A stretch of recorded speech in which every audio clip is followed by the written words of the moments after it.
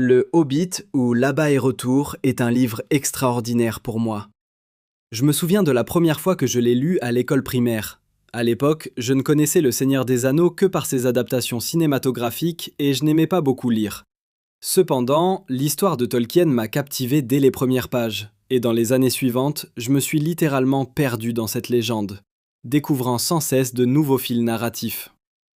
Mon histoire préférée reste cependant celle de l'expédition de la courageuse compagnie de Thorin vers Erebor.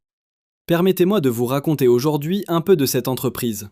Installez-vous confortablement et écoutez. Mais avant d'aller plus loin, je voudrais juste vous remercier pour votre activité. Ces derniers temps, nous nous rapprochons de plus en plus vite du franchissement du nombre magique de 100 000 vues. Si vous ne le faites pas encore, je vous encourage à appuyer sur ce petit bouton. Si, en outre, vous souhaitez soutenir notre travail, que ce soit par l'intermédiaire de Patronite ou en adoptant un tel t-shirt, vous trouverez des liens vers ce genre de choses dans la description. Et maintenant, nous revenons à contenu. Les nains de la compagnie de Thorin sont issus de Khazad-dûm, dont le fondateur fut Durin Ier, le Sans-Âge. Pour bien comprendre leur détermination à reconquérir Erebor, il faut d'abord se plonger dans l'histoire de leur tribu. Le légendaire chef Durin Ier, le Sans-Âge, construisit Khazad-dûm dans des temps immémoriaux, avant même la naissance du soleil et de la lune. Pendant des milliers d'années, les nains aux longues barbes vécurent dans les salles froides et sombres sous les montagnes brumeuses, approfondissant sans cesse leur forteresse. Au début de la deuxième ère, encore dans la première, les mineurs découvrirent d'importants gisements de mithril. Certes, les mines des nains aux longues barbes étaient pleines d'or, d'argent et de fer. Mais à cette époque, le mithril valait 10 fois plus que l'or. En 1980 de l'ère, les nains aux longues barbes réveillèrent un démon de feu, plus tard appelé le fléau de Durin, un Balrog, l'une des progénitures les plus puissantes de Morgoth. Il ravagea toute la cité naine, tuant au passage des centaines de nains et le roi Durin VI.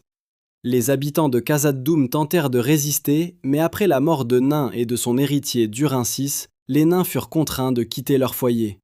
Beaucoup partirent alors vers l'est, vers Erebor. La montagne solitaire était habitée par des nains depuis longtemps. Les premières mentions remontent à la fin de la deuxième ère, mais ce n'est qu'à l'arrivée de Thrain II et de ses subordonnés que la montagne devint un véritable royaume nain. Conformément à leur nature, les nains entreprirent de vastes excavations dans le territoire nouvellement habité. Peu de temps après, l'un des mineurs tomba sur une magnifique gemme scintillante de centaines, voire de milliers de couleurs. Il présenta sa découverte au roi, qui fut aussi émerveillé que le découvreur lui-même. La gemme fut taillée et façonnée par les nains, puis devint l'insigne du pouvoir de la lignée de Durin le Sans-Âge. En 2210 de l'ère, le roi Thorin Ier décida de mener son peuple vers le nord-ouest, vers les montagnes grises, ayant entendu parler de gisements beaucoup plus importants dans les environs. Les 300 premières années furent très fructueuses, mais finalement, les richesses des nains attirèrent leur destruction. En 2570, les dragons de glace habitant les déserts du nord, les Ford, attaquèrent les forteresses naines. Celles-ci tombèrent une par une, affaiblissant constamment les forces et le moral des nains aux longues barbes. Nain mourut en 2585 et transmit le pouvoir à Dain Ier. Son règne ne dura pas longtemps, car seulement 4 ans plus tard, il périt avec son fils Fror, victime d'un dragon dans leur propre forteresse. Les fils survivants de Dain Ier, c'est-à-dire Tror et Gror, ne survécurent pas longtemps dans les montagnes grises. Ils rassemblèrent donc les survivants et s'enfuirent vers le sud-est en direction d'Erebor. Tror, étant l'aîné, hérita de l'Arkenstone de son père et prit le titre royal. Malheureusement, leurs chemins se séparèrent. Alors que Tror retournait dans l'ancien royaume sous la montagne, il partit plus à l'est et fonda son propre royaume sur les collines de fer. Le jeune Tror, âgé de seulement 47 ans, plaça l'Arkenstone dans la grande salle de Thrain, située au niveau le plus bas à l'intérieur d'Erebor. Son règne sous la montagne fut un renouveau pour les nains. Le commerce prospéra comme jamais auparavant, grâce aux hommes du Nord qui construisirent la ville de Dale au pied d'Erebor. De plus, Tror collabora avec son frère. Rien n'indiquait que leur destruction allait arriver. Les nouvelles de la richesse des nains parvinrent également aux montagnes grises désertées. L'un des jeunes dragons, Smaug, y vit une occasion de s'enrichir. Ainsi, une nuit de 2770, l'obscurité fut dissipée par le feu du dragon. Smaug, d'abord, plana dans les airs et ravagea Dale, attendant que les descendants de Durin lui tiennent tête. Les gardes de la cité réagirent rapidement, mais ils n'étaient pas préparés à un tel affrontement. Le dragon se débarrassa sans difficulté des gardes et pénétra à l'intérieur de la montagne, détruisant, brûlant et massacrant les nains qui luttaient pour leur survie. L'évacuation dut avoir lieu immédiatement. Il n'y eut pas le temps de rassembler les biens, ainsi, parmi les montagnes d'or pillées se trouvait également l'Arkenstone. Thorin écu de chêne avait alors 24 ans et, selon la coutume naine, n'était pas encore un nain adulte. Outre lui, parmi la compagnie des nains, seul le jeune Balin, alors âgé de 7 ans, avait vu Erebor à son apogée. Les nains de la lignée de Durin se retrouvèrent à nouveau sans endroit à appeler leur foyer. Certains d'entre eux se dispersèrent dans les terres, gagnant leur vie comme orfèvres, forgerons ou maçons. Les autres s'installèrent à Dan. Parmi eux se trouvait l'ancien roi sous la montagne, Tror, le grand-père de Thorin. Tror était dévasté, et l'anneau qu'il portait ne faisait qu'aggraver son désespoir. En 2790, il entreprit avec Nar un voyage à travers le Khazad-dûm jusqu'à la porte est de Moria. Ignorant les avertissements de son ami, Tror décida d'entrer seul dans le royaume de ses ancêtres. À l'intérieur, le roi fut capturé par un truel chef orc nommé Azog. Nar attendit son ami pendant plusieurs jours, jusqu'à ce qu'un énorme orc jette la tête de Tror par la porte est. Nar resta figé en regardant le corps mutilé de son ami, que Azog avait orné de runes brûlées. Azog jeta dans le nain effrayé une bourse de pièces d'or et se déclara roi de toute la Moria. Il épargna la vie de Nar pour qu'il répande la nouvelle aux autres frères nains. Nar retourna au plus vite à Dan et raconta tout à Thrain, le père de Thorin. Jour et nuit, le nouveau roi resta sans sommeil ni nourriture. Il se leva enfin et cria d'une voix forte. « On ne peut plus supporter cela !» Les nains aux longues barbes rassemblèrent des troupes de leurs compatriotes d'autres tribus et partirent reprendre les montagnes brumeuses aux mains des orques. Des montagnes de Gundabad aux plaines de Gladioli, on entendait le vacarme de la bataille. Les nains cherchaient avec acharnement un seul adversaire dans les forteresses, Azog. Le point culminant de la guerre fut la bataille de la vallée d'Azanul-Bizarre en 2799 de l'ère, par une sombre journée d'hiver.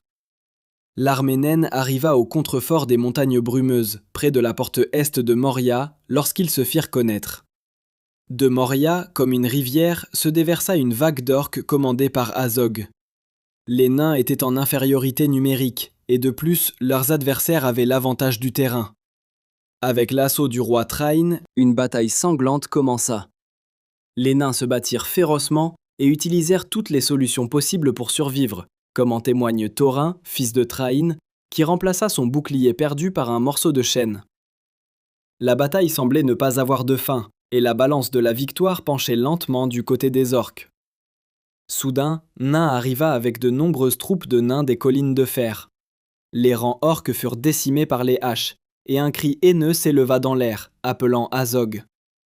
Nain arriva jusqu'à la porte où il défia le vil orc en duel. Azog sortit à sa rencontre, mais épuisé et presque aveuglé par la fureur de la bataille, Nain balança sa hache trop fort. Azog esquiva facilement le coup et donna un coup de pied au nain, le déséquilibrant. L'orque leva son arme dans l'intention de décapiter son adversaire, mais la cotte de maille sur son cou résista à la pression de la lame. Néanmoins, le main se brisa, provoquant sa mort immédiate. Se réjouissant de sa facile victoire, Azog regarda autour de lui le champ de bataille. Ses troupes pillaient partout où elles le pouvaient. Sa garde rapprochée était morte. Lui-même commença à se retirer vers les portes de Moria, mais Dain, fils de Nain, se lança alors de toutes ses forces à la poursuite de l'énorme orque.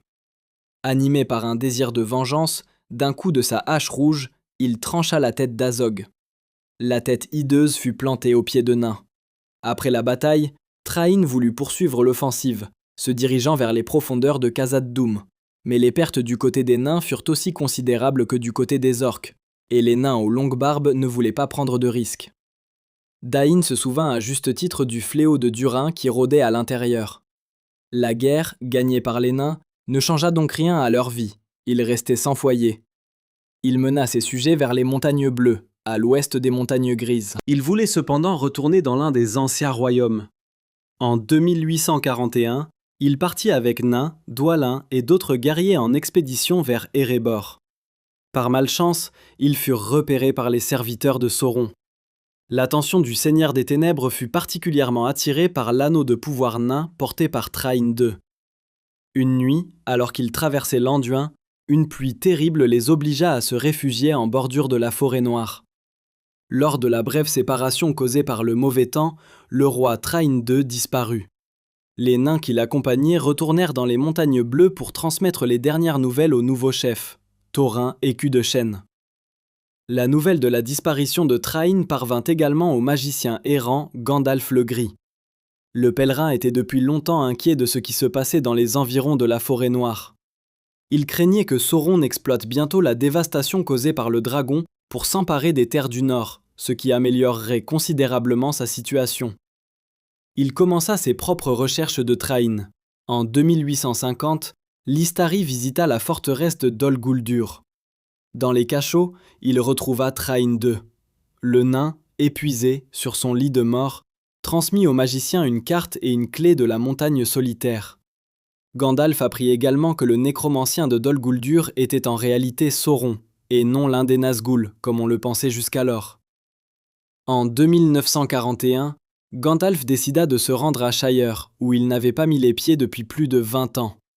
Il était accablé par la quantité de problèmes qui s'étaient accumulés en Terre du Milieu. Il espérait qu'un court séjour à Shire lui permettrait de mettre de l'ordre dans ses pensées. Il souhaitait avant tout une attaque simultanée contre Sauron à Dol Guldur et contre son potentiel allié, Smaug. Le 15 mars 191, les chemins du magicien croisèrent ceux de Thorin Écu de Chêne. C'est Thorin qui aborda le premier le pèlerin, espérant qu'il lui donnerait un conseil sur une certaine affaire.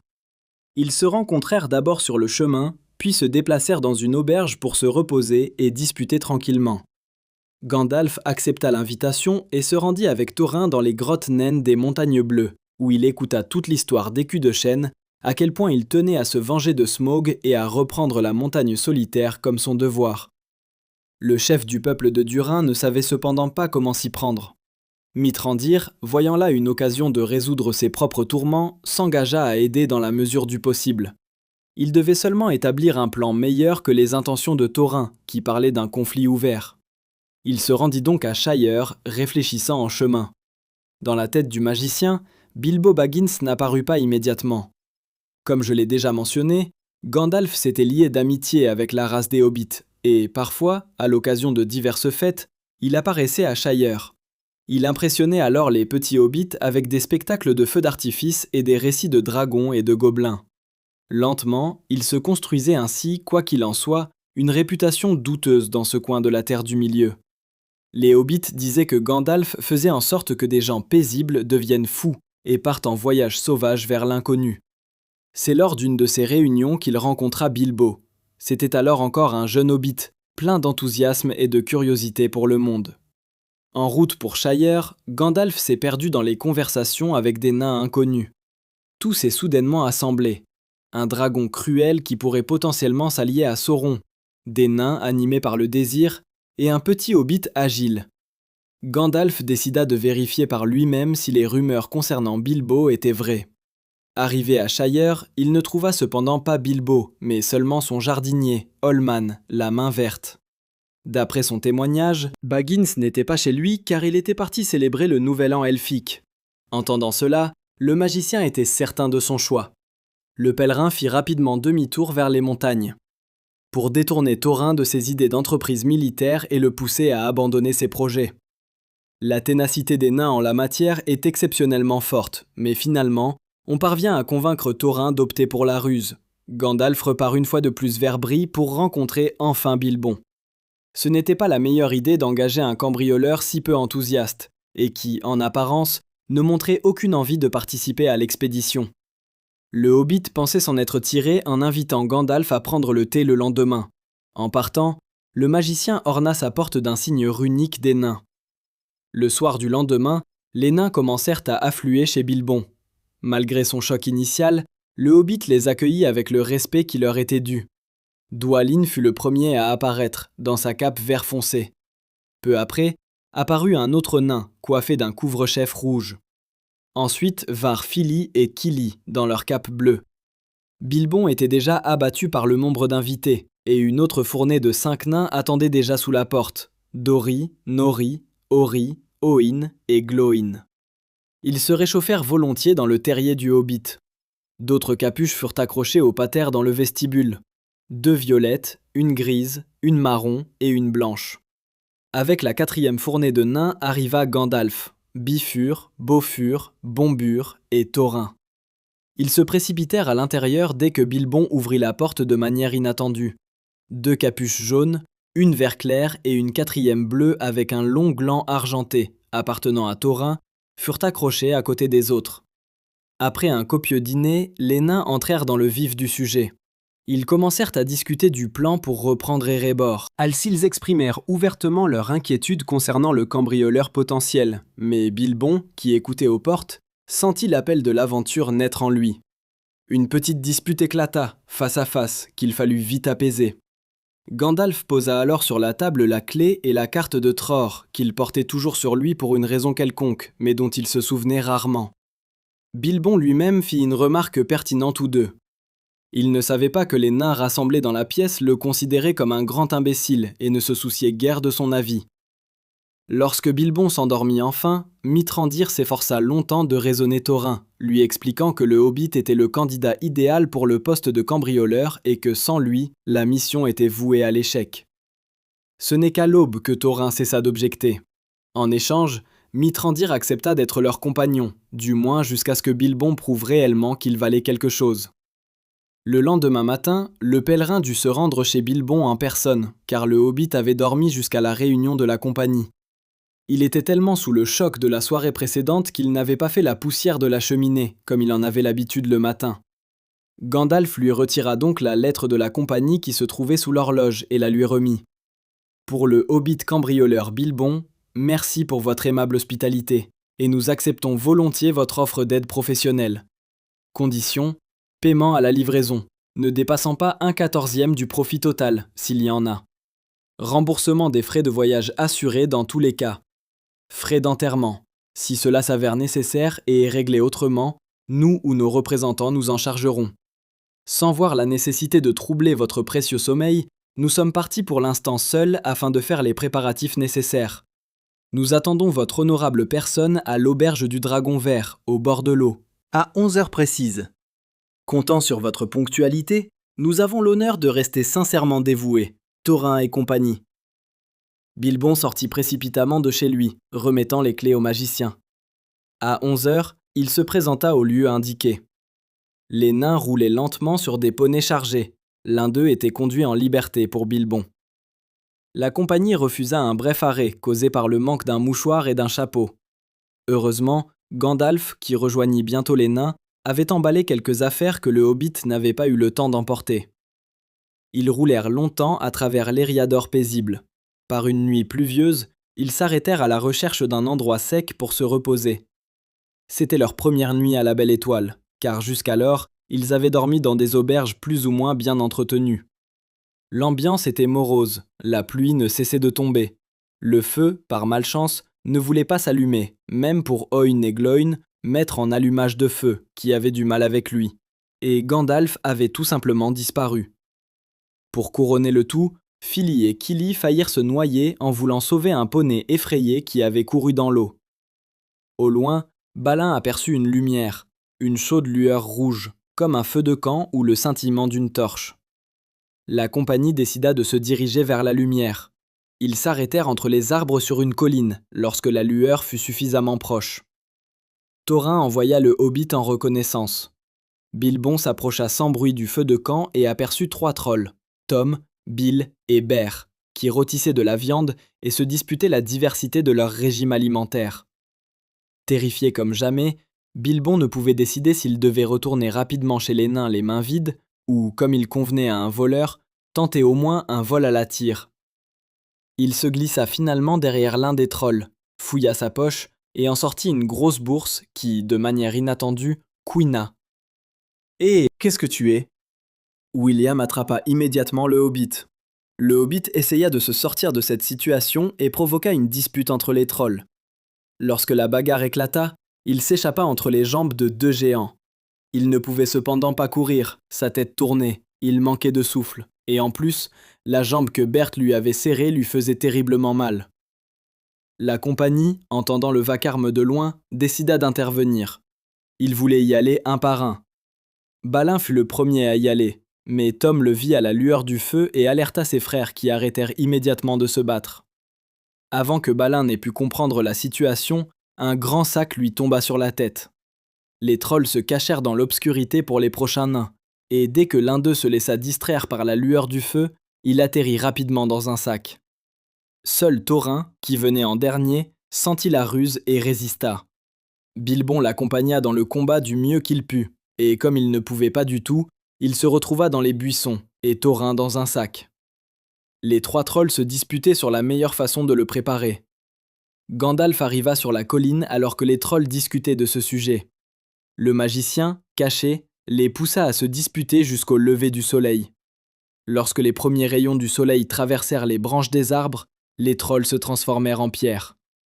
Gandalf sortit de sa cachette et aida la compagnie à sortir des sacs. Il remarqua que les trolls avaient souvent des tanières cachées à proximité où ils pouvaient se réfugier de la lumière. Comme d'habitude, il ne se trompait pas. Peu de temps après, en fouillant la tanière, Gandalf trouva sa nouvelle épée, Glamdring, appelée le marteau des ennemis, qu'il utilisa jusqu'à la fin de son séjour en Terre du Milieu. C'était une épée blanc-or conservée dans un magnifique fourreau couleur ivoire. La poignée était ornée d'une magnifique gemme, et la lame brillait de bleu lorsqu'il y avait des orques à proximité, et était couverte de runes. La lame fut initialement utilisée par le roi de Gondolin, Turgon, qui se battit avec elle au moins 2 fois, une fois lors de la Nirnaeth Arnoïdiade et une fois lors de la chute de Gondolin. Thorin trouva également une nouvelle arme, une épée jumelle de Glamdring, Orcrist. Elle appartenait probablement à quelqu'un de haut rang à Gondolin, peut-être même aux gardes royaux. Dans le trésor, il y avait aussi une épée beaucoup plus petite qui convenait parfaitement aux mains du hobbit. Les armes devaient avoir été volées à Gondolin, puis transportées en Terre du Milieu avant son engloutissement. Je pense que les armes ont servi autrefois aux Dunédains habitant Arnor ou aux elfes de l'âge des arbres, lorsque l'armée de Sauron envahit Eregion. Peut-être que quelqu'un a caché à la hâte ses biens. Interrogé sur la disparition soudaine du magicien, il déclara qu'il était parti reconnaître la route devant eux, et qu'il était revenu parce que les courtisans d'Elrond lui avaient parlé de 3 trolls qui étaient descendus récemment des montagnes. Le lendemain, Gandalf dirigea la marche, et en arrière-plan, on pouvait déjà voir les montagnes brumeuses, qui, comme Bilbon l'avait d'abord pensé, étaient le but de leur expédition. Le pèlerin les conduisit par un sentier caché à Imladris, la dernière demeure amicale sur leur chemin. Le seigneur de la vallée cachée, Elrond, demi-elfe, savait à l'avance que la compagnie arriverait chez lui. Ils arrivèrent le soir. Foncombe était située dans une gorge étroite au bord de la rivière Bruinen. La ville utilisait les collines et les hauteurs au pied des montagnes brumeuses pour cacher davantage sa présence. Sur les hauteurs poussaient des pins, parmi lesquels serpentait un sentier en zigzag menant au pont qui traversait la ville. En bas de la vallée, dominaient les hêtres et les chênes. Les habitations de Foncombe comprenaient une quinzaine de bâtiments construits dans un style typiquement elfique, c'est-à-dire ornés de nombreuses colonnes et statues. Outre la zone résidentielle, le village comprenait plusieurs tours et de nombreuses terrasses et kiosques. L'histoire de la vallée cachée remonte à la Deuxième Ère. En 1690, Elrond fut contraint de fuir vers le nord face aux forces supérieures de Sauron qui venaient d'envahir l'Eriador. Après avoir traversé la rivière Bruinen, appelée l'eau grondante, Elrond fonda une forteresse qui devait servir de refuge à tous ceux qui fuyaient le massacre que l'armée des Ténèbres avait causé en Eriador. Dans les années suivantes, des foules de réfugiés arrivèrent au refuge elfique. Les elfes accueillirent chaleureusement les nains, principalement grâce à Gandalf. La compagnie de Thorin fut leur hôte pendant plus de 2 semaines. La nuit avant leur départ, ils rencontrèrent Elrond, qui leur parla des épées récemment trouvées. Le demi-elfe les aida également à déchiffrer les lettres lunaires cachées sur la carte de Tror.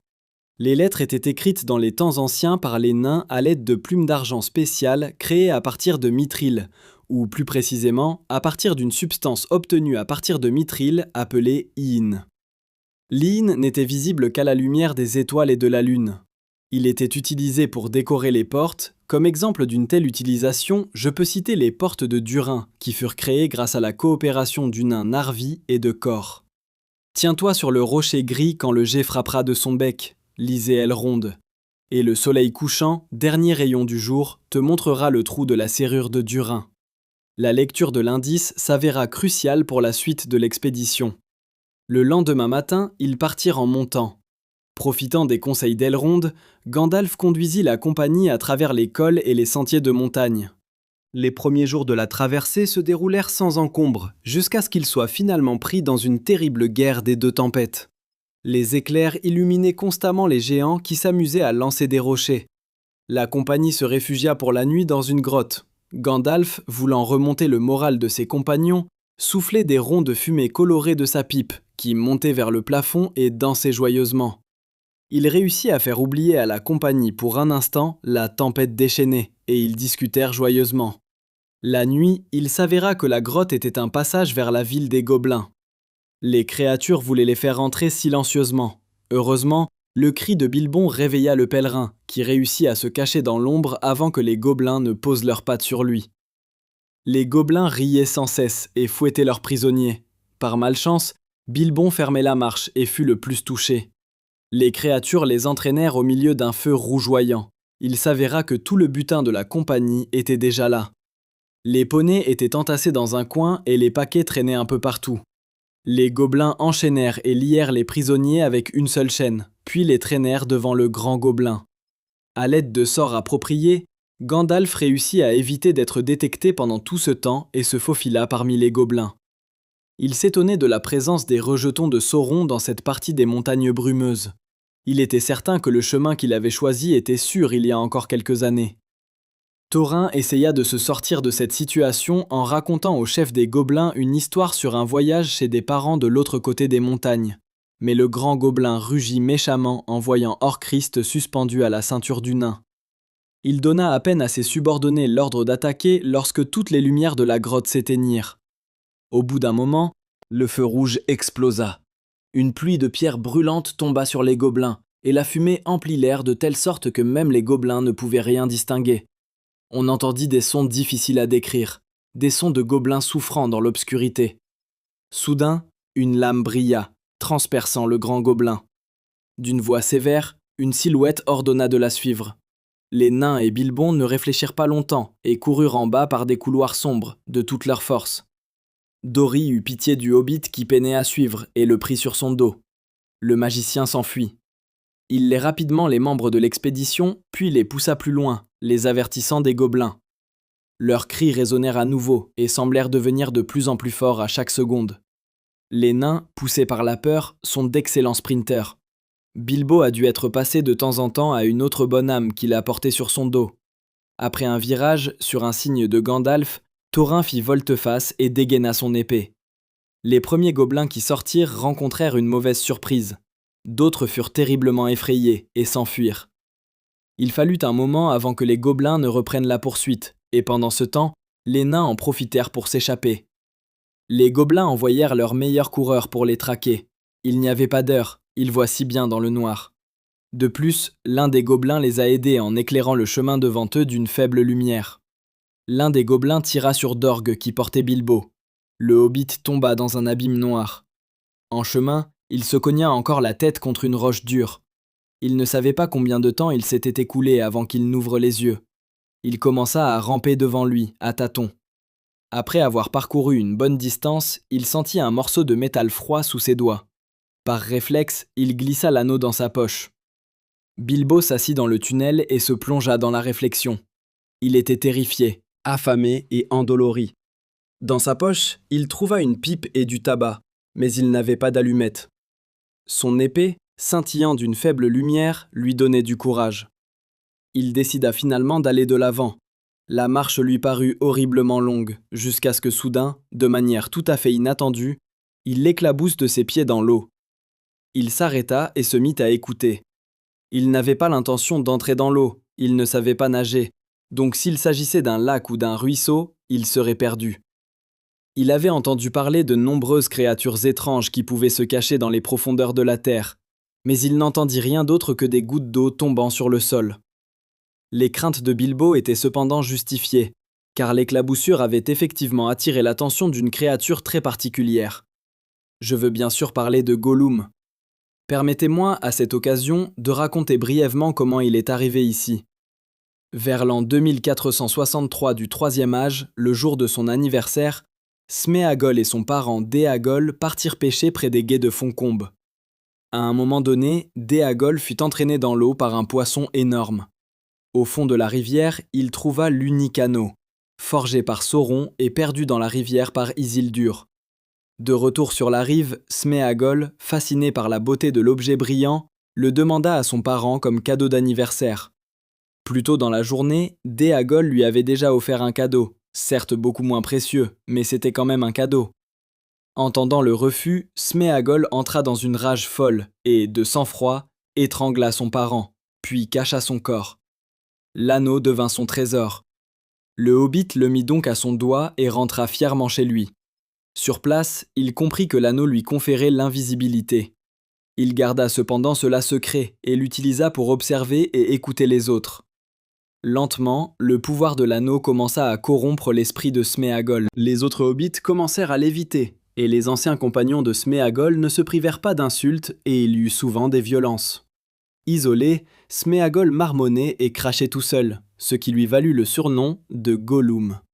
Il vivait alors principalement de vol, et finalement, les choses allèrent si loin que sa grand-mère fut obligée de l'exiler de sa maison familiale pour que la paix règne dans le village. Sméagol partit seul en amont, s'arrêtant souvent près des plans d'eau, et, avec le pouvoir de l'anneau, attrapait des poissons qu'il mangeait ensuite crus. Un jour de grande chaleur, alors que le soleil frappait sa tête et que l'éclat réfléchi dans l'eau aveuglait douloureusement ses yeux, Sméagol fut surpris, car il avait déjà oublié le soleil. Il regarda cependant une dernière fois le ciel et le menaça du poing. Il vit alors au loin les sommets des montagnes brumeuses d'où coulait un ruisseau. Une pensée lui vint alors. Sous les montagnes, je trouverai le froid et l'ombre. Le soleil ne me trouvera pas là-bas. Les racines, il y a sûrement des secrets enfouis sous elles que personne n'a encore découverts depuis le début du monde. Et ainsi, à partir d'environ l'an 2470, il habita une petite grotte au cœur des montagnes. Le pouvoir maléfique de l'anneau avait considérablement prolongé la vie du hobbit, mais cela avait un prix. Premièrement, son corps s'était tordu d'une manière grotesque et non naturelle pour les hobbits. Il devint une créature maigre et nerveuse, avec une peau fine, des pieds plats et des doigts collants. Grâce à cela, il pouvait se déplacer presque sans bruit et grimper au mur comme une araignée. Ses yeux devinrent plus grands et semblaient briller dans le noir. La vie dans l'obscurité avait également aiguisé ses sens de l'ouïe et de l'odorat. Il avait 6 dents acérées comme des rasoirs et se nourrissait principalement de poissons crus, occasionnellement de gobelins de la ville voisine des Gobelins. De plus, sa santé mentale en a souffert. Le meurtre de Déagol l'a hanté tout le temps, le rongeant de sa moralité, ce qui a créé en lui 2 personnalités complètement différentes. Son mauvais caractère était esclave de l'anneau et dominait le bon côté qui se souvenait de ce qu'étaient l'amitié et l'amour. La souillure de l'anneau avait également créé en lui une aversion pour les autres créatures vivantes, en particulier pour les elfes.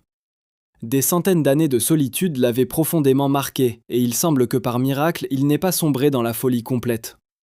Quand il entendit Bilbo éclabousser dans la grotte, il voulut d'abord le manger, tout simplement. Une courte conversation permit cependant au côté plus doux de Gollum de prendre le contrôle. Sméagol proposa au hobbit effrayé de jouer à des devinettes. Bilbo accepta, ne sachant quoi d'autre faire. Pendant un certain temps, ils échangèrent des énigmes complexes, jusqu'à ce que Bilbo pose à la créature une question. « Qu'est-ce que j'ai dans ma poche ?» Le hobbit parlait tout seul, mais Gollum l'interpréta comme une autre énigme. Il s'énerva beaucoup, si irrégulier. Bilbo insista pour avoir une réponse. Conformément à l'accord, Gollum devait deviner. Furieux de sa défaite, Sméagol demanda un moment. Il devait ramener quelque chose de chez lui avant le voyage. Au milieu du lac, il y avait une île de détritus accumulée par Gollum. Il voulait prendre son anneau magique qui lui aurait facilité le meurtre du hobbit. Il ne le trouva cependant pas sur place et entra dans une rage folle. Il associa rapidement la perte de l'objet brillant à la question rusée de Bilbo. Il se jeta sur le hobbit et celui-ci se mit à courir.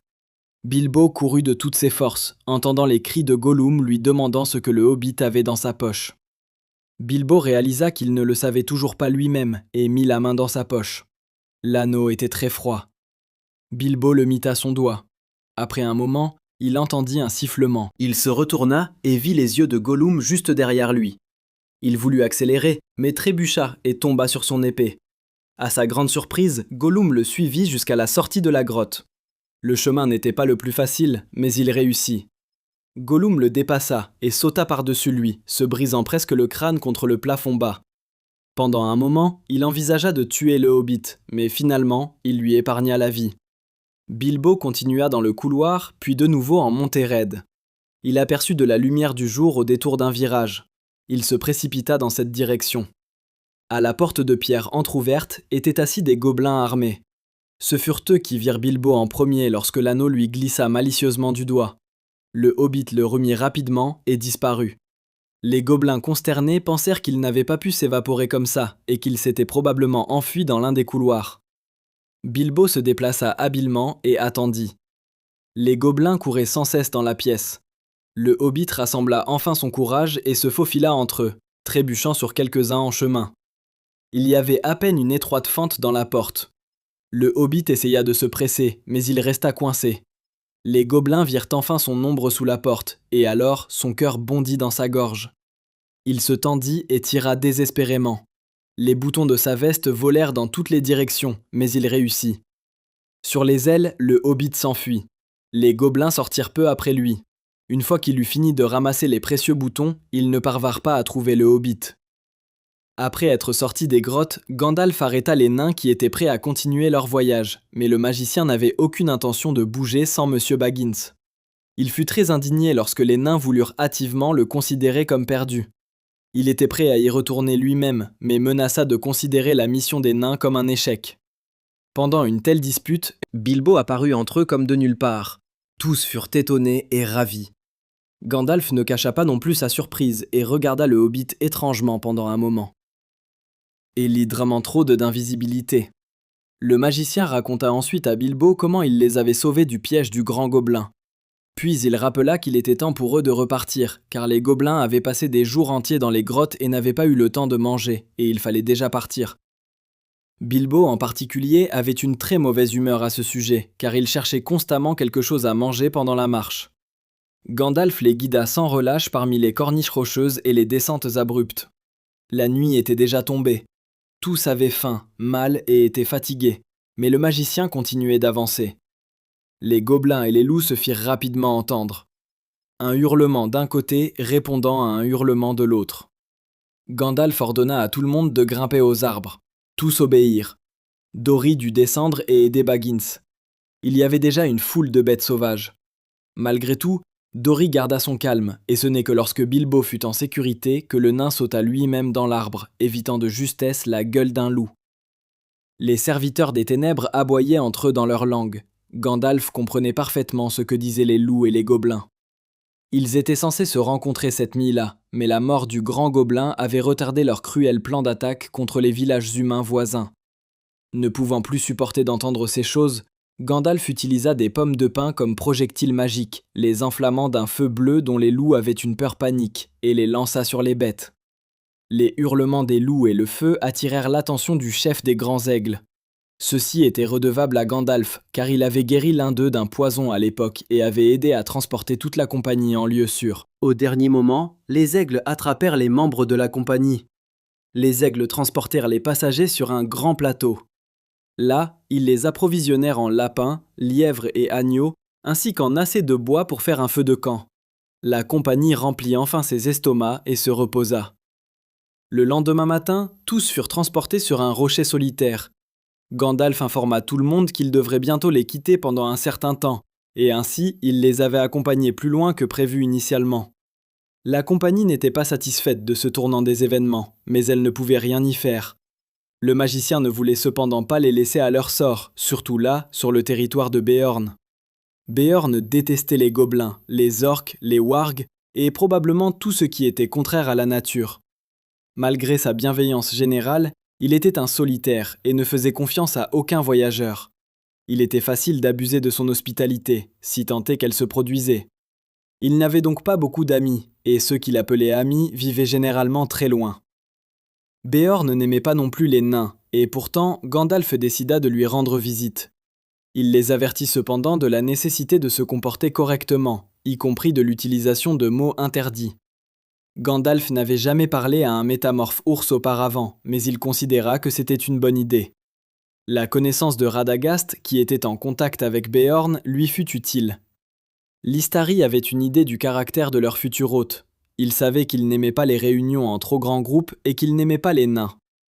Le magicien décida donc d'utiliser une sorte de ruse. Ils arrivèrent enfin à la maison de Beorn, dans la forêt de chênes, derrière une haute et dense haie. La clairière devant la haie était remplie de belles fleurs bien entretenues, principalement de trèfles blancs et rouges. Derrière une grande porte en bois, au-delà du jardin, se trouvait également une miellerie et d'autres bâtiments agricoles, tels qu'une écurie ou une étable. Le son des abeilles, plus grosses que des frelons, résonnait constamment dans l'air. Sur la cour devant la maison, il y avait une souche sur laquelle Beorn coupait du bois. La cour elle-même était entourée des ailes d'une immense maison. Initialement, Gandalf sortit seul pour rencontrer Bilbo. Ils furent accueillis par un homme grand aux cheveux noirs et abondants, une barbe longue et épaisse. Il portait une tunique de laine qui lui arrivait jusqu'aux genoux, sur ses mollets découverts. Les muscles de ses bras et de ses épaules étaient clairement visibles. Beorn ne les connaissait pas, mais il les invita à entrer pour qu'ils racontent leur histoire. Au milieu du premier hall, il y avait un grand foyer et des bancs en bois. Les murs étaient ornés de plateformes servant de lit et de table. 4 petits poneys blancs, des chiens et un troupeau de moutons servaient de valet à Beorn. Beorn, bien sûr, pouvait communiquer avec eux tous, et pas n'importe comment, mais grâce à un langage étrange qui imitait les sons des animaux tout en ressemblant à la parole humaine. Gandalf raconta l'histoire de la façon dont ils étaient arrivés sur le rocher solitaire et introduisit habilement les nains restants dans la maison. L'histoire présentée par la compagnie de taurins semblait irréelle et drôle à l'ours, mais il permit à la compagnie de rester pour le dîner et donna toutes les indications sur la route à suivre vers la montagne solitaire. L'équipe se reposa de son départ de Rendell. Ils n'avaient pas mangé autant que ce jour-là. Repus, ils voulurent parler de quelque chose à Borno, mais l'or et les bijoux intéressaient peu l'hôte. Il leur accorda également l'hospitalité pour la nuit, à condition qu'ils ne quittent pas la pièce principale la nuit. Beorn partit la nuit en direction des montagnes. Avant de partir, il y eut une veillée d'ours dans la cour devant la maison. Le lendemain, il n'apparut pas non plus. Et en plus, Gandalf n'était pas là non plus. Les nains et Bilbo furent sous la garde d'animaux magiques toute la journée. Le sorcier ne revint que le soir. Il ne dit rien tant qu'il n'eut pas mangé un copieux dîner et allumé sa pipe. Conformément à ses arrangements, Beorn se rendit à la clairière d'où il s'était enfui en aigle. Le lendemain matin, Beorn les réveilla sous sa forme humaine. Il semblait très joyeux. Ensemble, ils prirent le petit déjeuner, au cours duquel l'hôte avoua que pendant son absence, il avait vérifié si le récit de Gandalf était vrai. Ravi de la mort du grand gobelin, il promit d'aider les nains, leur offrit des provisions, des poneys et de précieux conseils. Ils partirent le même jour dans l'après-midi. Au début, ils ne parlèrent pas beaucoup, mais avec le temps, l'atmosphère se détendit et ils chantèrent joyeusement. Pour la dernière fois, il leur donna quelques conseils importants sur la façon de se déplacer dans la forêt. Ils devaient maintenant les quitter d'urgence. Ils ne savaient pas alors que la forêt noire avait beaucoup changé depuis la dernière fois qu'il y avait séjourné vers 1050. L'ombre de Sauron s'était installée dans l'ancienne forteresse elfique sur la colline d'Amon, à la limite sud de la grande forêt verte. L'ancienne capitale des elfes était désormais connue sous le nom de Dol Guldur, la colline de la sorcellerie. En peu de temps, une ombre mystérieuse envahit la forêt, et les gens commencèrent à l'appeler la forêt noire. Les races vivant à proximité décidèrent de s'éloigner rapidement du nécromancien. Au cours des années suivantes, le mal se développa à un rythme effrayant. Des orques apparurent à proximité, des araignées sortirent des forteresses et tissèrent leurs toiles dans toute la forêt. Une aura de méchanceté plana rapidement sur toute la forêt, provoquant des nausées et des vertiges. Sauron quitta bien cet endroit au fil des ans, mais même en son absence, la malédiction s'intensifia. Peu de gens vivaient désormais près de la forêt. La compagnie se mit en marche en file indienne. Un étroit sentier serpentait entre de vieux troncs. Après avoir parcouru un bout de chemin, un silence profond les enveloppa et la pénombre s'installa. La lumière du jour vacillait quelque part, à peine visible. Derrière eux, ils ne voyaient pas beaucoup d'animaux, mais ils entendaient constamment des bruits étranges rappelant des halètements, des pas ou une autre agitation dans les buissons voisins. Il était impossible de ne pas remarquer les épaisses toiles noires enroulées autour des arbres. Le sentier continuait sans fin, mais il devait avancer. Les nuits, en revanche, étaient noires comme de la poix. Il était même impossible de voir ses propres mains tendues devant soi. Il dormait serré, comme pour se protéger d'un quelconque accident. Pendant sa garde, Bilbo vit plusieurs paires d'yeux horribles et colorés les fixer. Il ne pouvait cependant les associer à aucun animal qu'il connaissait. Lors des premiers camps, les nains allumaient encore des feux, mais comme ils s'en rendirent vite compte, ils apportaient plus de soucis que d'utilité. La lueur attirait encore plus d'yeux mystérieux, et en plus, des papillons noirs de la taille d'une main volaient comme sur commande. Les jours passaient et rien ne changeait dans la forêt. Les sentiers ressemblaient toujours à ceux qu'ils avaient parcourus la veille. Cela donnait le vertige à tout le monde. Surtout, la faim les tourmentait, et les rations de Béorn devaient leur suffire jusqu'au bord est de la forêt. Ils mangeaient donc peu. Ils essayèrent aussi de chasser les écureuils noirs de la forêt, mais leur viande s'avéra exceptionnellement mauvaise au goût. Au cours de plusieurs jours de marche, ils ne virent pas non plus de ruisseau où ils pourraient remplir leurs outres. Ils trouvèrent enfin une rivière à l'eau noire, mais conformément au conseil de Béorn, ils n'osèrent pas la goûter. Au loin, de l'autre côté de l'eau, Bilbo aperçut une barque. La compagnie décida de la prendre pour eux, ne voulant pas risquer la traversée à la nage. Ils décidèrent de lancer une corde avec un crochet vers la barque. Fili se chargea de cette tâche et, dès la deuxième tentative, il réussit à attraper la barque. Ensemble, ils réussirent à la ramener vers eux. Il s'avéra que la barque était attachée de l'autre côté. Malgré tout, la compagnie traversa de l'autre côté du ruisseau. Soudain, un grand cerf se précipita parmi les nains. Seul Thorin parvint à rester debout et, alors que l'animal sautait par-dessus le ruisseau, il lui tira une flèche de son arc. A-t-il touché ou non, difficile à dire dans l'obscurité, mais le bruit des sabots s'estompa. Le pauvre Bombur tomba dans la rivière et fut trempé de la tête aux pieds. Ensemble, ils réussirent à sortir le gros homme, mais celui-ci dormait comme une souche. La compagnie s'assit, impuissante, et réfléchit à ses prochaines étapes. Il leur sembla entendre une chasse quelque part au nord. Après un moment, des biches blanches apparurent sur le sentier devant eux. Sans réfléchir, la compagnie tira de leurs arcs, gaspillant les dernières flèches offertes par Béorn. Le lendemain, ils continuèrent leur chemin, l'humeur encore pire que la veille. Ils devaient porter le Bombur endormi à 4, se relayant de temps en temps. Heureusement, leur bagage était maintenant beaucoup plus léger qu'au début du voyage. 4 jours après avoir traversé la rivière, ils arrivèrent dans une forêt de bouleaux. Au début, cela leur sembla un bon signe, car il y faisait beaucoup plus clair. Bombur dormait toujours.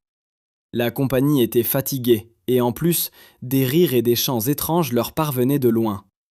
Thorin, irrité, ordonna à Bilbo de regarder depuis la branche d'un arbre.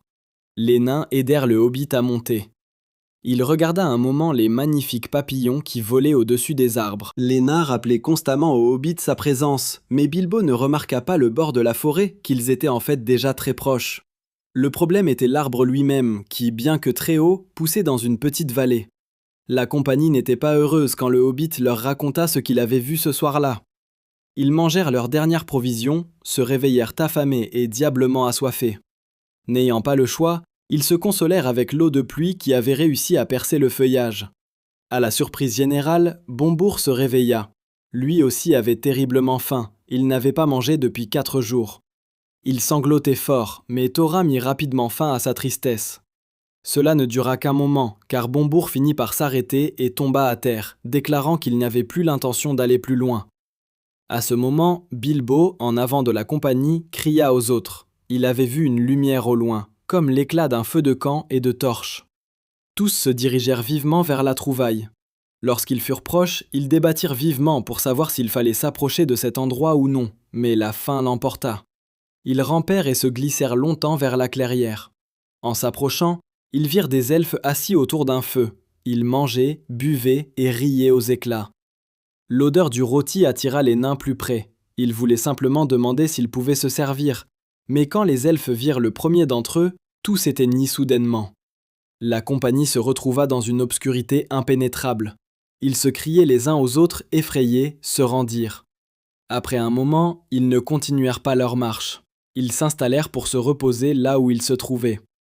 Le lendemain matin, ils virent à nouveau la lueur des torches au loin. Il y en avait plus qu'auparavant. Thorin prévoyait d'envoyer le rusé Bilbo à leur rencontre, mais dès qu'il s'approcha de la lueur des torches, tout s'éteignit à nouveau. Une fois de plus, ils se perdirent dans l'obscurité totale. Bilbo tomba dans un sommeil magique, mais les nains réussirent rapidement à le réveiller. Plus tard dans la journée, vers la fin de la nuit, Kili, de garde, aperçut à nouveau des lumières s'allumer au loin. Il y en avait encore plus qu'auparavant. Kili réveilla rapidement les autres. Pour la troisième fois, ils essayèrent de s'approcher et de demander de l'aide. Les elfes organisaient alors un immense festin, auquel participait même leur roi, Thranduil. Thorin se plaça devant eux, et, une fois de plus, comme sur commande, les lumières s'éteignirent et le chant s'interrompit en plein milieu. La compagnie se perdit pour la troisième fois dans l'obscurité. Bilbo s'assit et réfléchit à nouveau à son confortable terrier à cul-de-sac. Il s'assoupit dans cette rêverie. Il fut réveillé par le toucher d'une corde collante et solide qui lui enroulait les mains. Il voulut se libérer, mais une corde similaire était déjà enroulée autour de ses jambes. Il tomba donc lourdement au sol. Une araignée géante guettait déjà la vie du hobbit. Elle apparut derrière le hobbit et commença à envelopper sa victime dans sa toile. Bilbo se réveilla à temps et commença à se débattre. Au début, il frappa l'araignée avec ses mains, mais il se souvint rapidement de son épée prise sur le tas de trolls. L'araignée recula vivement à la vue de la lame elfique. Le hobbit atteignit la bête dans l'obscurité et la frappa entre les yeux. Un deuxième coup acheva l'affaire. Cela demanda cependant tellement de force que le pauvre Bilbo tomba également à terre d'épuisement. Ce fut le premier meurtre du courageux hobbit. Pour célébrer, il nomma son épée Dar. Lorsqu'il reprit conscience, l'obscurité était déjà éclairée par les rayons gris et ternes du jour. Il partit à la recherche de ses amis en direction d'où il avait entendu des cris récemment. Ne voulant pas prendre de risques, Bilbo mit la bague à son doigt. Il parcourut une bonne distance jusqu'à tomber sur un buisson de toiles emmêlées. Il se cacha derrière un arbre et écouta. Il s'avéra que les membres de sa compagnie étaient maintenant piégés par les arachnides. Bilbo sentit qu'il ne pouvait pas s'approcher davantage. Il trouva cependant quelques pierres lisses dans le lit d'un ruisseau asséché. Il avait déjà lancé des pierres de nombreuses fois, il n'eut donc aucun problème à viser. La première pierre vola droit sur la tête d'une des araignées. La suivante coupa une épaisse toile. Les araignées, bien qu'elles ne visent pas le hobbit, voyaient d'où venaient les pierres. Elles se rassemblèrent rapidement à son dernier poste. Elles reniflèrent sans relâche, mais le rusé hobbit avait déjà changé de position. Il commença à chanter pour éloigner près de 50 araignées de ses amis, et en même temps, son chant donnait de l'espoir aux nains. Cela se passa mieux qu'il ne l'aurait espéré, mais les araignées commencèrent à tisser d'autres toiles qui devaient empêcher le farceur de s'échapper. Bilbo se fraya un chemin avec Dar, mais l'éclat de l'épée attira toutes les bêtes vers lui. Le hobbit cacha son épée et regarda les araignées courir plus loin dans la forêt pour le chercher. Après un moment, il se dirigea vers ses amis piégés. Une araignée s'apprêtait déjà à festoyer. Sans attendre ses congénères, le pan Bins invisible s'en débarrassa sans problème, puis détacha plusieurs membres de la compagnie. Alors que les nains essayaient de sauver les autres membres de l'expédition, Bilbo se tint courageusement à leur défense, les séparant des araignées qui revenaient de la forêt. Il ne portait plus la bague, ce qui réjouissait beaucoup les araignées. On réussit enfin à libérer 11 nains. Seul le gros Bombour gisait encore enveloppé dans une toile. Les nains se rassemblèrent rapidement sous un arbre. Certains avaient des bâtons, d'autres des couteaux. Tous avaient cependant accès à des pierres. Ils étaient épuisés, mais devaient résister à des dizaines d'araignées enragées. La bataille commença. Lors des premières attaques, une douzaine d'araignées tombèrent mortes. Les nains étaient cependant terriblement fatigués, et bientôt, seuls 4 parvenaient à tenir debout. Les araignées tissèrent à nouveau de grandes toiles dans les arbres, enfermant la compagnie dans un piège. Bilbo ne voyait qu'un seul moyen de survivre, mettre la bague. Il en avait auparavant parlé à ses amis et leur avait dit de courir vers la gauche, dans la direction opposée à celle qu'il avait prise. L'invisible s'éloigna du groupe, et après un moment, les nains entendirent des bêtes enragées voler vers les araignées. Elles s'arrêtèrent devant les nains, et beaucoup d'entre eux se sont soudainement précipités vers les voies étranges. Balin a immédiatement compris le plan du Hobbit et a poussé l'équipe à attaquer. Avec des pierres, ils ont repoussé les araignées et se sont frayés un chemin. Affaiblis, ils devaient donc s'arrêter de temps en temps et se battre contre les araignées qui les poursuivaient. La situation était déjà désespérée quand, de nulle part, Bilbo est apparu. Il maniait courageusement son épée, effrayant ses adversaires. Chaque araignée qui s'approchait recevait immédiatement un coup sur la tête. Ce fut une brève poussée, car bientôt les hobbits, cela suffisait. Les araignées ont abandonné. Les nains atteignirent une clairière qu'ils avaient visitée les jours précédents, du moins c'est ce qu'il leur semblait. Enfin, ils purent se reposer. Plus tard, Bilbo, assailli de questions, dut une fois de plus leur raconter l'histoire des énigmes dans l'obscurité et de l'anneau magique d'invisibilité. La compagnie lui porta beaucoup de respect. La révélation du secret de l'anneau ne sembla pas affecter le jugement des nains. Ils allaient déjà se coucher quand Balin réalisa que Thorin n'était pas parmi eux. Tous se levèrent d'un bond.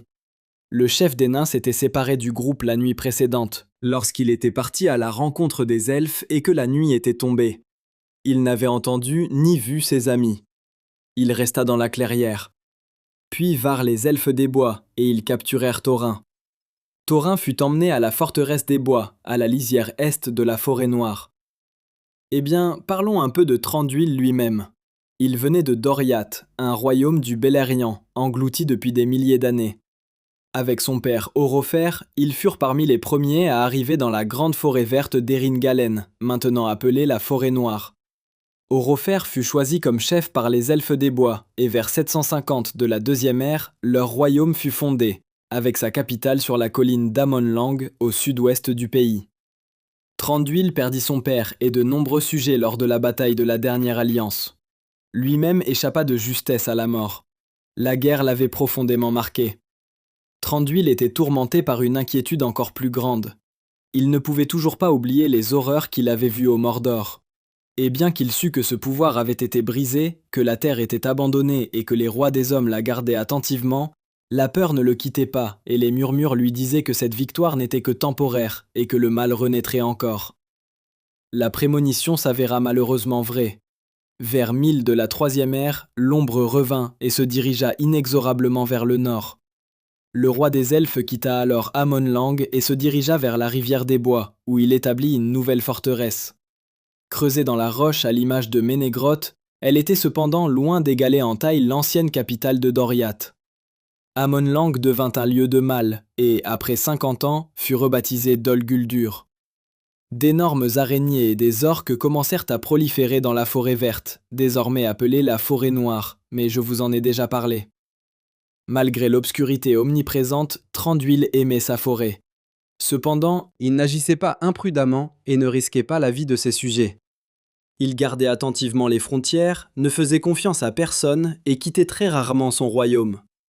Il vivait en harmonie avec la nature, participait aux chasses et mangeait dans les clairières avec ses sujets. Selon la saison, il ornait ses longs cheveux d'or d'une couronne tressée de fleurs des bois ou de feuilles rouges et de baies d'automne. Maintenant, il parvint à ses oreilles que quelqu'un troublait ses sujets dans la forêt.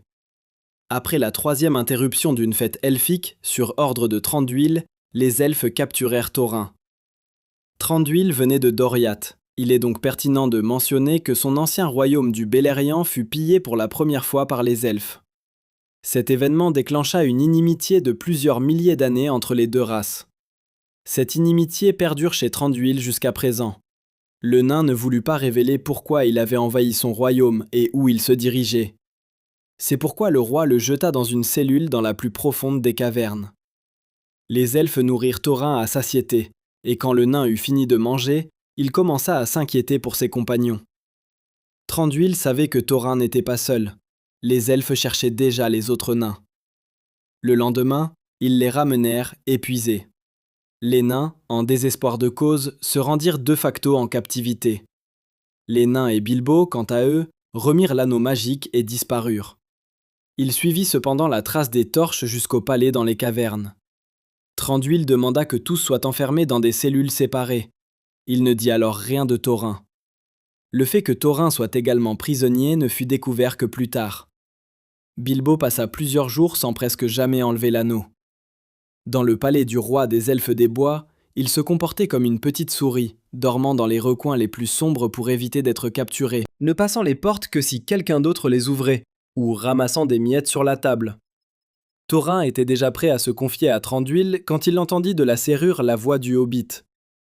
Bilbo transmit plus tard les ordres du chef aux autres membres de la compagnie, ce qui remonta considérablement le moral de tous. Eh bien, peut-être à l'exception de Bilbo, qui devait maintenant les libérer. Sa tête lui éclatait presque d'effort en imaginant comment y parvenir.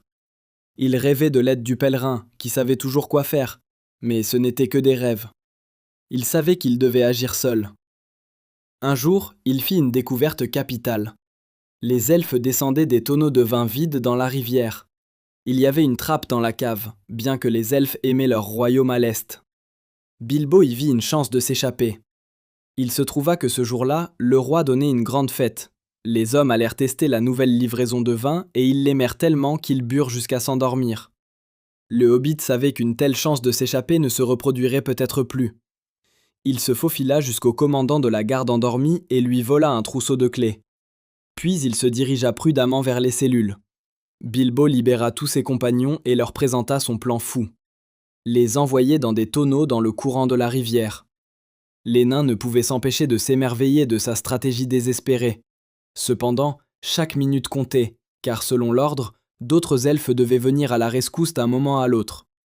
Le hobbit les guida vers la cave pendant que Balin surveillait le commandant de la garde et le majordome. La compagnie choisit 13 tonneaux. L'empilement se faisait déjà dans les tonneaux. Le plus gros problème était Thorin, qui se tortillait et se débattait, se plaignant comme un grand chien enfermé dans une niche trop petite. Finalement, un autre arriva. Balin fit du bruit, disant qu'il manquait des trous pour l'air dans son tonneau et qu'il suffoquait.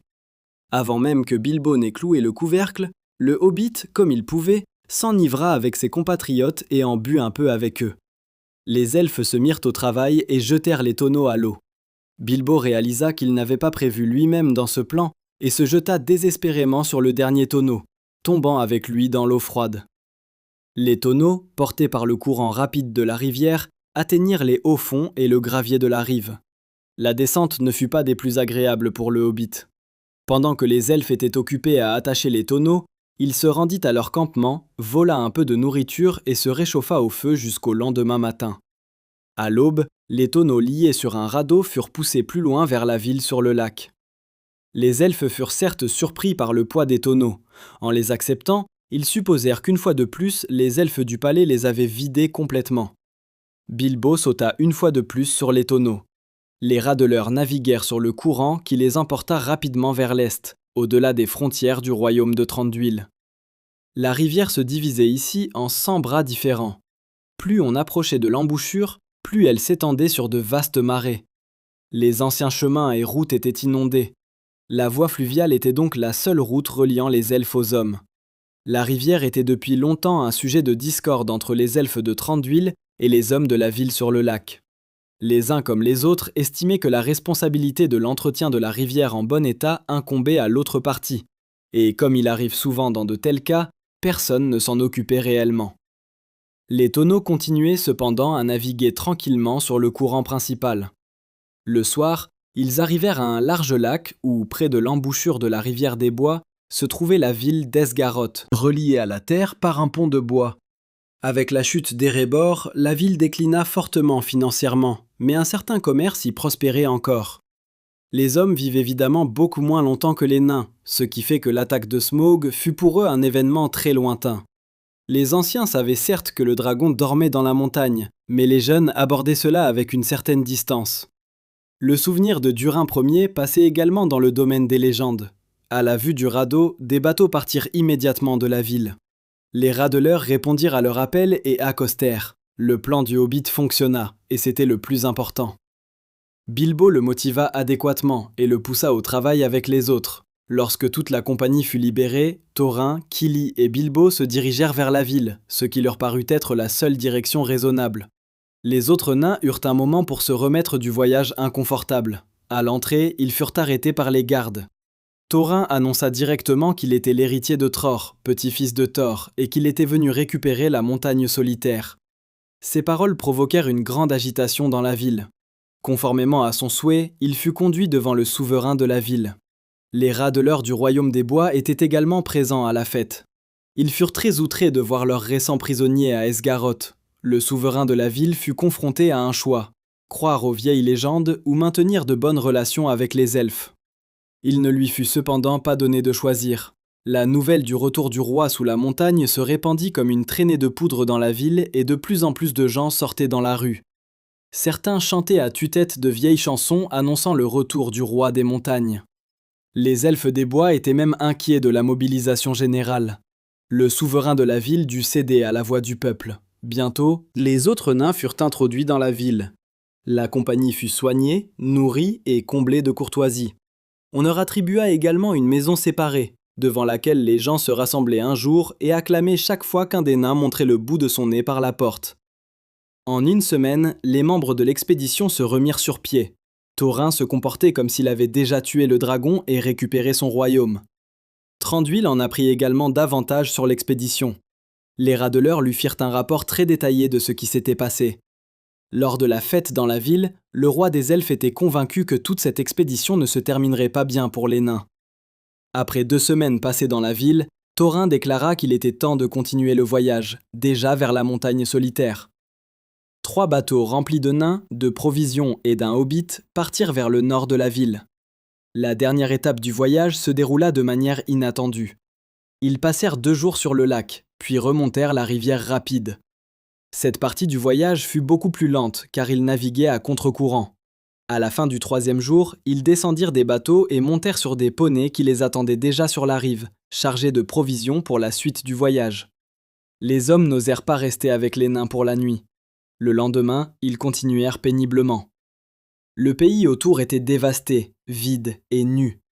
Aujourd'hui, cependant, il était vert et beau, entièrement couvert d'arbres. Ils arrivèrent à la montagne sans incident. Bilbo et Balin fermaient la marche, menant les poneys de réserve. Ils roulaient en silence. La peur du dragon les bloquait clairement. Personne n'osa parler ou chanter plus fort. Ils approchaient de la fin de leur voyage et craignaient que, malgré l'enthousiasme initial, tout ne se termine tragiquement. Avant de commencer à chercher l'entrée secrète, Thorin envoya Balin, Bilbo, Kili et Fili en reconnaissance vers la colline des Corbeaux. Ils ne se dirigèrent pas vers la porte principale, mais contournèrent la montagne pour observer la source de la rivière rapide. Des volutes de vapeur et de fumée noire s'échappaient de la caverne. Il n'y avait pas une âme vivante à portée de vue. Les éclaireurs revinrent tristement vers les autres. Bilbo, qui avait plus que les autres regardé la carte secrète avec les runes lunaires, suggéra à l'équipe de commencer à chercher l'entrée sur le versant ouest de la montagne. Étonnamment, il avait plus d'espoir dans son cœur que les nains. Ils déplacèrent donc le camp vers l'ouest. Les recherches durèrent plusieurs jours, jusqu'à ce qu'enfin, la découverte capitale soit faite par nul autre que Monsieur Bain. Lors de cette sortie, Fili et Kili l'accompagnèrent. Ensemble, ils prirent un chemin étroit jusqu'au sommet de la crête sud, d'où ils accédèrent à une corniche encore plus étroite menant vers le nord. En marchant en file indienne, ils atteignirent un renfoncement. L'entrée de cet abri ne pouvait être vue d'en bas, car elle était cachée par un surplomb rocheux. De loin, il était difficile de distinguer autre chose qu'une petite fissure plus sombre, comme une simple fente dans la roche. Ce n'était pas une caverne, car elle était dépourvue de plafond. Elle s'ouvrait vers le ciel en haut, mais se fermait par une paroi plate en bas, juste au ras du sol, aussi lisse et perpendiculaire que si des mains de maçons l'avaient construite. Ils savaient qu'ils avaient trouvé l'entrée secrète, mais ils ne savaient pas quoi faire ensuite. Le soir, ils retournèrent au camp, où l'excitation régnait déjà. Le matin, ils commencèrent le déménagement. Ils hissèrent le matériel le plus important sur des cordes. Seul Bombur hésitait à monter. La corde était, selon lui, trop faible pour supporter son poids, et il n'avait pas envie de grimper. La compagnie utilisa des pics et des outils apportés d'Esgaroth pour ouvrir l'entrée, mais ils ne firent que se blesser. La magie qui cachait la porte était trop forte et le travail trop bruyant. Tous réfléchissaient à une solution, mais rien de raisonnable ne leur venait à l'esprit. Les premières voix parlèrent même d'entrer par la porte principale. Bilbo, pendant tout ce temps, était assis sur un morceau de terre couvert d'herbe, regardant vers l'ouest, où se trouvait la forêt noire et les montagnes lointaines et brumeuses. Il rêvait d'une soirée paisible à cul-de-sac. Le lendemain, alors que les nains se dispersaient sur les pentes de la montagne, il était toujours assis dans l'alcôve, regardant tantôt le rocher, tantôt l'ouest. La lune pâle montait déjà dans le ciel, quand soudain un merle noir commença à briser la coquille d'un escargot. Derrière Bilbo, le hobbit eut une illumination et rassembla immédiatement tout le monde. Ils attendaient impatiemment que les mots lus par Elrond de Fontcombe se réalisent, et que le dernier rayon du jour de Durin leur indique le trou de la serrure. Enfin, à 3 pieds au-dessus du sol, un trou de la serrure apparut. Thorin utilisa la clé jointe à la carte. Cela fonctionna. Ensemble, ils poussèrent le rocher jusqu'à ce qu'il cède. Un trou sombre et profond à l'intérieur de la montagne se tenait devant eux. Par l'ouverture, Thorin envoya ensuite Bilbo en reconnaissance à l'intérieur de la montagne. Le vol de la coupe d'or mit cependant en colère la bête qui dormait au cœur de la montagne. Smaug sortit d'Erebor et s'envola au sommet de la montagne. Il voulait trouver le voleur et le déchiqueter. La compagnie décida d'attendre la colère du dragon et d'essayer de rentrer à l'intérieur de la montagne quand la bête dormirait. Smaug ne se laissa cependant pas surprendre et attendit Bilbo quand celui-ci entra dans sa chambre la fois suivante. Il apprit l'existence des nains et peu après s'envola de la montagne solitaire, détruisant le campement de la compagnie. Thorin et les autres se cachèrent un instant de l'attaque du reptile. Ils étaient assis dans l'obscurité, entourés d'un silence assourdissant. Personne ne pouvait dire après un certain temps combien d'heures ou de jours s'étaient écoulés depuis qu'ils étaient entrés. Ils n'osaient même pas bouger, car chaque son portait une terrible écho. Ils ne savaient pas encore que Smaug était parti cette nuit-là vers Esgaroth. La compagnie se mit finalement en route. Après 2 nuits et 1 jour dans l'obscurité, personne ne savait combien de temps s'était réellement écoulé. À leur grande surprise, Smaug n'était pas dans la forteresse. Ce ne fut cependant pas une raison de célébrer. Les nains s'armèrent rapidement de leur cotte de mailles ancestrale et se dirigèrent vers l'ancienne garde sur le cap sud-ouest de la montagne. D'une chambre rocheuse, ils rassemblèrent au sud une nuée d'oiseaux. Pendant ce temps, Smaug attaqua les habitants de la Cité du Lac, qui ne s'attendaient à rien. Au début, certains habitants confondirent la lumière lointaine, qui était en réalité le feu du dragon, avec des signaux des nains. Mais ils comprirent rapidement leur erreur, et les cors sonnèrent l'alarme dans toute la ville. Le dragon tournoya au-dessus de la ville, crachant du feu, et les habitants tirèrent sur lui avec leurs arcs. Aucune de leurs flèches ne put percer la épaisse écaille recouverte d'une armure de pierres précieuses. La résistance ne fit qu'enrager Smaug, qui entra dans une folie sauvage. Les gens se sauvèrent comme ils purent, sautant dans l'eau pour essayer de rejoindre le rivage. D'autres montèrent dans des bateaux, et seule une poignée se battait encore. Le dragon réfléchissait déjà à ce qu'il allait faire ensuite avec les survivants, une fois la ville complètement tombée. La bête n'avait pas eu autant de plaisir depuis longtemps. Bientôt, il ne resta qu'un seul poste d'archer, commandé par un homme sombre nommé Bard. Il convient de mentionner que Bard était un lointain descendant de Girion, le roi de Dale. Ses ancêtres avaient tout perdu à cause de Smaug. Lorsque Bard tendit son grand arc d'if pour la dernière fois, un merle se posa sur son épaule. « Attends, attends » dit le merle. « La lune se lève. Quand le dragon arrivera et sera juste au-dessus de toi, cherche l'endroit découvert sous sa poitrine gauche. » Bard attrapa une flèche noire qui ne l'avait jamais déçu. Conformément à ce que son père lui avait dit, elle avait été forgée par le roi légitime sous la montagne, puis la flèche avait été transmise de génération en génération. Le souvenir ne trompa pas Bard cette fois non plus. La flèche entièrement noire se planta maintenant dans le corps du monstre. Smaug rugit de douleur et tomba sur le dos. Il s'écrasa au milieu de la ville. Il ne restait plus rien d'Esgaroth. Bard atteignit le rivage du lac, où les gens le saluèrent comme un héros. C'est maintenant Bard, par la voix du peuple, qui devint leur chef. L'ancien roi d'Esgaroth fut l'un des premiers à quitter la ville et son peuple, perdant ainsi complètement leur confiance. Il n'avait cependant pas l'intention de renoncer à son poste si facilement. Au début, il rappela que la ville élisait depuis longtemps ses dirigeants parmi les sages, et que si Bard voulait tant devenir roi, il devrait aller dans le Dale désormais sûr. Plus tard, il fit comprendre aux gens qui avaient réellement attiré le danger sur eux et mis tout le monde contre Thorin et sa compagnie. Des rumeurs commencèrent à se répandre parmi les gens sur les immenses trésors qui, désormais sans surveillance, se cachaient à l'intérieur de la montagne solitaire. Bard garda la tête froide et s'occupa d'abord de la sécurité des survivants. Il envoya également un messager pour demander de l'aide aux elfes de la forêt noire. Lorsque le messager atteignit enfin la capitale elfique, à sa grande surprise, les elfes étaient déjà prêts à partir. Thranduil avait oublié les richesses que Thorin avait accumulées. Grâce aux éclaireurs elfes et aux oiseaux amis, il apprit la mort de Smaug peu de temps après l'événement. La nouvelle se répandit de la forteresse elfique, puis à travers toute la forêt noire, et atteignit même Beorn, qui vivait de l'autre côté de la forêt. Le roi eut cependant pitié de l'appel désespéré de Bard et partit aider les gens. 5 jours après la mort du dragon, les elfes s'unirent aux hommes. Des nuées d'oiseaux se rassemblaient au-dessus d'eux, annonçant les vieillards, les enfants et les blessés. Ils furent laissés sous la garde des artisans elfes, qui les aideraient à construire des abris et à s'occuper de leurs besoins les plus importants. Ceux qui avaient la force de porter des armes partirent avec les elfes vers le nord.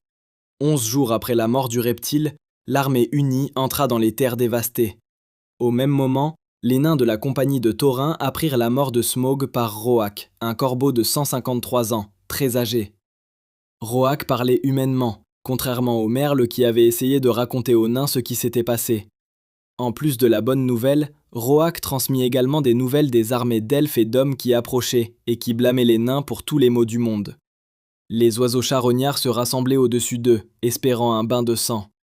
Furieux de ces nouvelles, Thorin ordonna de disperser ses frères nains parmi les tribus naines du nord, de l'ouest et de l'est, et surtout de prévenir son cousin Dain des collines de fer. La compagnie, quant à elle, se dirigea vers la porte principale, qui constituait la seule entrée de la montagne solitaire. Avec l'aide des outils ancestraux, ils renforcèrent les corbeaux qui les informaient de tous les mouvements de Thranduil et de Bard. La meilleure nouvelle fut celle de 3 poneys chargés de nourriture, et ils partirent à leur recherche. Les provisions leur suffiraient pour plusieurs semaines s'ils se serraient la ceinture. Il n'était plus possible d'entrer par la porte principale. Il ne restait que 3 petites fentes, idéales pour des postes d'archers. Les nains eux-mêmes utilisaient des échelles pour entrer et sortir de la forteresse. La vue du grand campement fit perdre le sommeil aux nains.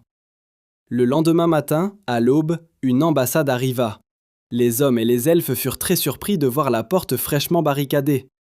Aucune discussion n'eut lieu. Les messagers regardèrent attentivement les constructions et firent demi-tour. Le camp fut déplacé plus près de l'entrée principale. La nuit suivante, pour la première fois depuis des siècles, un chant elfique résonna sur la colline. L'air dans la forteresse naine devint comme plus chaud.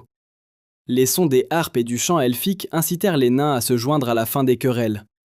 Thorin rappela ses compagnons à l'ordre, et ceux-ci, pour remonter le moral du chef, se dépêchèrent de chercher leurs instruments. Les chants nains ne ressemblaient en rien aux belles mélodies elfiques, ils étaient beaucoup plus guerriers. Néanmoins, l'humeur de Thorin s'améliora. Le lendemain, une autre ambassade arriva devant la porte principale. Cette fois, c'était Bard, le descendant de Girion. Il parla personnellement à Thorin. Malgré des arguments logiques et des revendications justifiées, Thorin n'avait aucune intention de partager le trésor de Smaug. Il congédia donc les envoyés avec une flèche d'arc. Le siège officiel de la montagne solitaire commença. Pendant quelques jours, les nains passèrent leur temps à réfléchir et à manger des biscuits secs. Bientôt arriva le corbeau, informant de l'arrivée de Dain et de 500 guerriers nains qui se trouvaient à 2 jours de là. Cela donna à Thorin et à sa compagnie un peu de courage et de force pour supporter encore ces conditions draconiennes. De plus, l'hiver approchait, ce qui, selon les nains, mettrait à rude épreuve les assiégeants. Bilbo voulut cependant apaiser la situation entre les parties en conflit et, à la faveur de la nuit, s'échappa de la forteresse naine pour rejoindre le camp des hommes et des elfes. Là, il remit l'Arkenstone à Bard et Thranduil, espérant que cela aiderait aux négociations et empêcherait le bain de sang, puis retourna à la forteresse assiégée. En partant, il rencontra encore Gandalf, qui le félicita pour sa ruse et lui souhaita bonne chance. Il n'y avait pas de temps pour bavarder, même si le Hobbit l'aurait beaucoup voulu. Nous avons heureusement le temps pour cela. Après avoir quitté la compagnie de Thorin à la lisière de la forêt noire, Gandalf fut presque en mouvement constant. Il se rendit d'abord à la rencontre du Conseil blanc, dont le sujet devait être la puissance toujours croissante de Sauron. Le Seigneur des Ténèbres n'avait pas besoin de l'anneau unique pour renouveler sa puissance. Gandalf réussit enfin à convaincre le Conseil d'attaquer Dol Guldur immédiatement. Saruman ne se mit d'accord que maintenant, car à cette époque, il considérait Sauron comme un rival dans la course à la découverte de l'anneau, une course dont le Conseil blanc n'avait alors aucune idée. Saruman espérait que cela ralentirait d'une manière ou d'une autre les actions de Sauron. Cependant, après être arrivé et avoir nettoyé Dol Guldur, le Conseil découvrit que le nécromancien avait déjà réussi à déplacer son siège au Mordor. Gandalf reçut à ce moment-là des nouvelles de la compagnie et de leurs difficultés dans la forêt et de leur fuite ultérieure dans des tonneaux depuis la forteresse elfique. Thranduil avait probablement été informé par les animaux, qui en avaient parlé à Radagast, qui n'avait pas manqué de transmettre des informations précieuses à l'intéressé principal. Mithrandir voulait retourner auprès d'eux le plus rapidement possible et les aider autant qu'il le pouvait. Il arriva à la montagne solitaire précisément cette nuit-là. Revenant à la situation avec l'Arkenstone, le lendemain matin, lorsque le plan astucieux du Hobbit fut révélé, Thorin le saisit par le cou avec colère, le secouant comme un lapin. Heureusement, tout s'est arrangé pour Thorin, donnant à Bilbo le temps de justifier ses actions.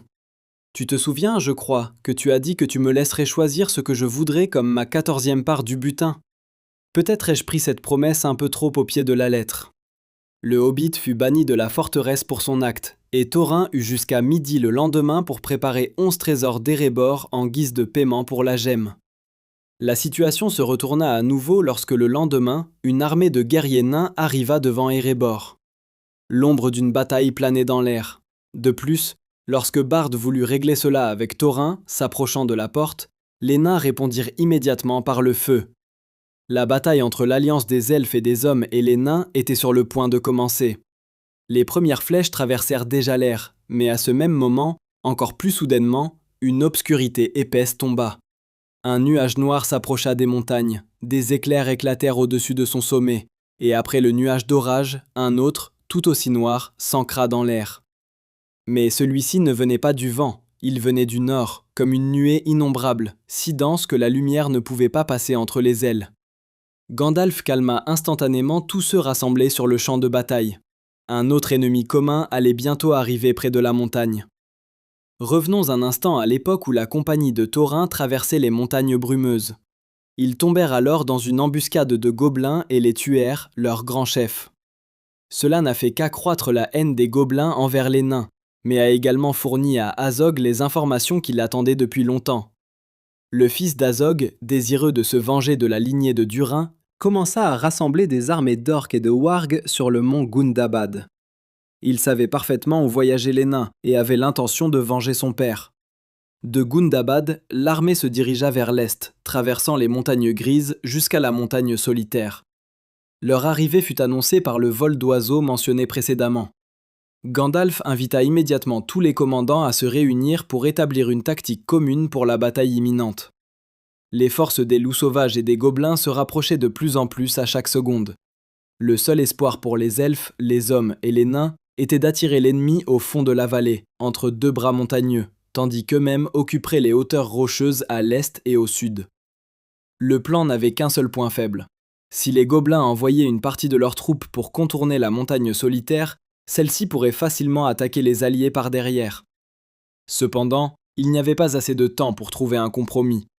L'arrivée de l'armée fut précédée par le vol de chauves-souris gigantesques qui obscurcirent toute lumière. La terreur s'insinua dans le cœur de tous les présents sur le champ de bataille. Comme Gandalf l'avait prévu, la foule de sbires des ténèbres, avec une fureur aveugle, se précipita au fond de la vallée, trompant leurs adversaires. Les cavaliers sur des wargs hurlants terrifiants prirent la tête. Les elfes furent les premiers à attaquer. Des éclairs jaillirent dans l'air au son des flèches qui tombèrent sur les gobelins, puis les autres elfes chargèrent, leurs lames brillant d'un feu glacial dans l'obscurité. Les rochers devinrent bientôt noirs du sang des gobelins. Dans l'air, on n'entendait que les sons assourdissants de la bataille. Avant que les elfes n'aient perdu leur élan, les nains rejoignirent le combat, se précipitant derrière Dain Pied-de-Fer, criant « Moria !» à plein poumon. D'autres répondirent par des cris « Deux ! Deux !» Les marteaux nains détruisaient les rangs des gobelins avec une efficacité incroyable. Juste derrière eux, les hommes de Dale, armés d'épées longues, rejoignirent le combat. Une partie des gobelins avait déjà perdu leur enthousiasme au combat. Les rangs se relâchaient, les loups les déchiraient. La victoire des hommes, des elfes et des nains semblait inévitable, quand soudain, un hurlement retentit du sommet de la montagne. Les gobelins avaient pris le contrôle des hauteurs rocheuses de la montagne solitaire, bombardant les ennemis d'une grêle de flèches noires. D'autres descendaient en rappel sur les éperons rocheux. Le sort de la bataille se retourna. Le soir était déjà tombé lorsque les wargs sanguinaires et la garde personnelle de Bolg, composée d'énormes gobelins armés d'épées courbées, arrivèrent. Thorin défendait alors l'éperon est, tandis que les elfes se rassemblaient autour du roi sur le bras sud, non loin de la garde sur la colline du Corbeau. Un son fort de trompette et un cri arrachèrent tout le monde à la bataille pendant un instant. Une partie du mur d'entrée d'Erebor fut soulevée par une barre et s'effondra dans l'eau avec fracas. Le roi sous la montagne sortit de la caverne, suivi de sa compagnie. Ils jetèrent leurs manteaux et leurs capuches, portant des armures brillantes, et dans leurs yeux brillait une flamme rouge de combat. Dans le crépuscule tombant, le roi des nains semblait brûler comme de l'or dans le feu. Le roi sous la montagne, intrépide, avançait, appelant toutes les races à se rallier sous son étendard pour se tenir côte à côte, tout en frappant les gobelins voisins avec sa hache. Les premiers à venir en aide au roi furent bien sûr les nains, qui en un clin d'œil réorganisèrent leur formation. Derrière eux, les hommes. Thorin n'avait aucune intention de s'arrêter. Du sud, les elfes couraient déjà. Tous ensemble, ils chargèrent la garde de Bolg. L'élan initial de l'attaque s'affaiblit avec le temps, et il devenait de plus en plus difficile pour Thorin de se frayer un chemin. Après un moment, ils furent obligés de passer de l'offensive à la défense, formant un cercle serré. La garde de Bolg se jeta furieusement dans la bataille et brisa facilement le cercle. Thorin, avec une poignée de guerriers, fut coupé du reste. Au même moment, les gobelins qui étaient restés sur la montagne se jetèrent sur les hommes et les elfes, les repoussant en bas de la vallée. Bilbo et Gandalf observaient tous ces événements depuis la colline du Corbeau, Gandalf semblant préparer un dernier tour de magie pour conclure la bataille. Après un moment, le vent dispersa les nuages et révéla la lueur rouge du soleil couchant. Au loin, Bilbo aperçut les silhouettes familières de grands aigles qui venaient à leur secours. Ils étaient si nombreux qu'ils semblaient être venus de tous les nids de la Terre du Milieu. Ce fut la fin de la participation du Hobbit à la bataille, car quelques secondes plus tard, la pression de l'ennemi continuait d'avoir l'avantage numérique. Le résultat de la bataille ne fut décidé que par Beorn, qui arriva seul sur le champ de bataille 1 heure avant la fin. Saisi de folie, il grandit jusqu'à la taille d'un géant. L'énorme ours écartait les loups et les gobelins de son chemin comme des plumes. Il chargea par derrière, comme le tonnerre, traversant le cercle des assiégeants. Après avoir sorti du champ de bataille le corps de Thorin, transpercé par des lances, l'ours se jeta avec une force redoublée sur les ennemis. Aucune arme ne put percer sa peau. Il traversa les gardes et écrasa Bolg. Ces actions donnèrent de la force aux hommes, aux elfes et aux nains, qui se déchaînèrent contre l'ennemi. Ils n'épargnèrent aucun gobelin. Certains furent poussés dans le courant de la rivière rapide. D'autres furent poursuivis jusqu'au marais près de la rivière forestière. Ils n'avaient pas l'intention de risquer un regroupement des forces et une nouvelle attaque. La poursuite de l'ennemi dura même après le réveil de Bilbo, le faisant trouver dans le camp seulement des blessés graves. Le combat côte à côte contre un ennemi commun réconcilia les races qui étaient encore en conflit peu avant. Thorin, écu de chêne, tomba dans la bataille. Bilbo eut une brève conversation avec lui sur son lit de mort, où Thorin s'excusa pour tout ce qu'il avait dit la veille de la bataille. Quelques jours plus tard, les funérailles de Thorin, Fili et Kili eurent lieu. Pour honorer le roi mort sous la montagne, Thorin lui déposa sur la poitrine l'Arkenstone, qui depuis repose enterré profondément sous la montagne solitaire avec Thorin. Dain, fils de Nain, fut nommé nouveau roi sous la montagne, et celui-ci distribua équitablement Dal dans l'ombre de la montagne solitaire. Thorin, quant à lui, remit une somme importante aux habitants de la cité du lac et à sa suite. Au roi des elfes, il offrit des émeraudes qu'il adorait. Les Longbarbes retrouvèrent enfin leur foyer. En collaborant avec les hommes et les elfes, ils réussirent à restaurer la gloire de la montagne solitaire. Bilbo se mit en route pour rentrer chez lui, accompagné de Gandalf. Initialement, ils voyagèrent encore avec le soleil, puis, depuis le royaume des elfes, seulement avec Beorn, chez qui ils s'arrêtèrent pour célébrer le solstice. Plus tard, ils partirent tous les deux pour Rivendell, puis Gandalf raccompagna Bilbo jusqu'à une colline. À la grande surprise du Hobbit, il fut déclaré mort par les autres habitants de la comté. Pour cette raison, toutes ses affaires devaient être vendues. Une vente aux enchères eut lieu le 22 juin à 10 heures du matin. Lorsque Bilbo arriva sur place, il était déjà après-midi. La plupart de ses affaires avaient été vendues à des prix dérisoires, et de plus, sa famille bien-aimée de Sackville-Bag s'apprêtait déjà à emménager dans Bag End. Son retour inattendu provoqua une agitation considérable. Certains hobbits furent effectivement heureux de le voir, d'autres firent de leur mieux pour faire semblant. Les vrais ennuis commencèrent lorsque Bilbo voulut récupérer ses biens vendus aux enchères.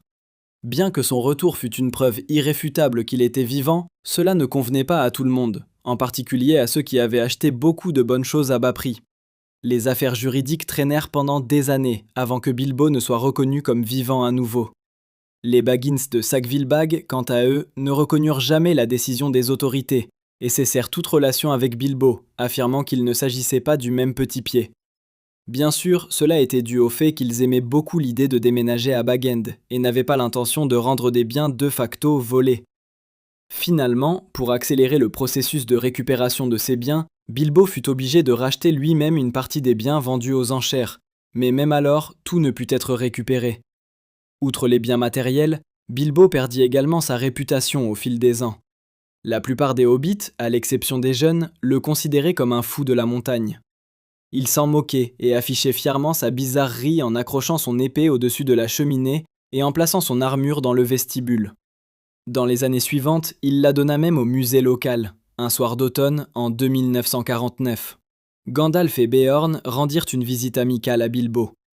Le hobbit les accueillit chaleureusement et, assis confortablement près de la cheminée, les amis se remémorèrent les vieux temps.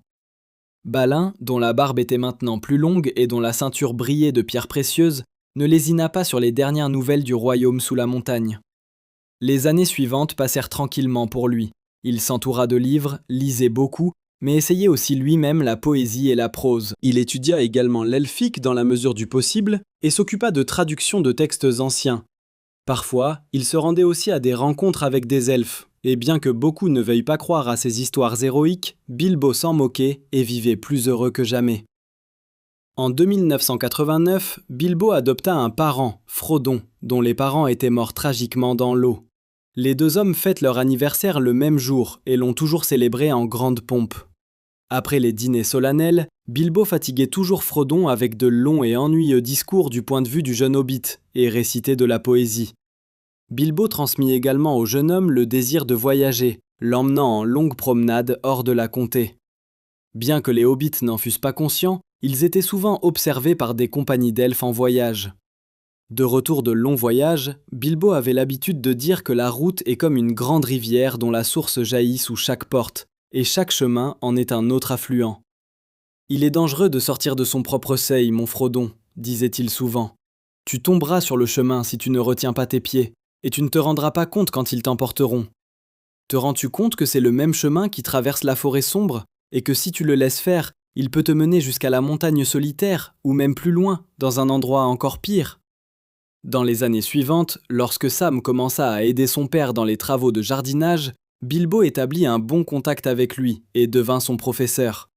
C'est grâce à lui que Sam apprit à écrire et à lire, et découvrit également quelques poèmes ou faits sur le grand monde. Il ne faut pas oublier l'anneau, qui a considérablement prolongé la vie du hobbit, mais avec le temps, a fait que Bilbo se sentait comme un petit morceau de beurre étalé sur un grand morceau de pain. L'anneau occupait de plus en plus son esprit. En 3001 de l'ère, lors de la grande fête pour le 111e anniversaire de Bilbo, il décida de mettre en œuvre son plan de longue date et de quitter la comté, enfilant l'anneau à son doigt. Pendant son discours, il disparut sous les yeux de tous les invités rassemblés et retourna silencieusement chez lui. 3 nains, très probablement de la montagne solitaire, l'attendaient là et aidèrent le hobbit à faire passer sa disparition pour une blague innocente.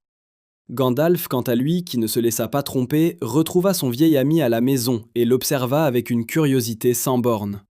Il savait que Bilbo possédait l'anneau et était d'avis que l'utilisation imprudente d'un tel artefact, quel qu'il soit, n'était pas la plus sage.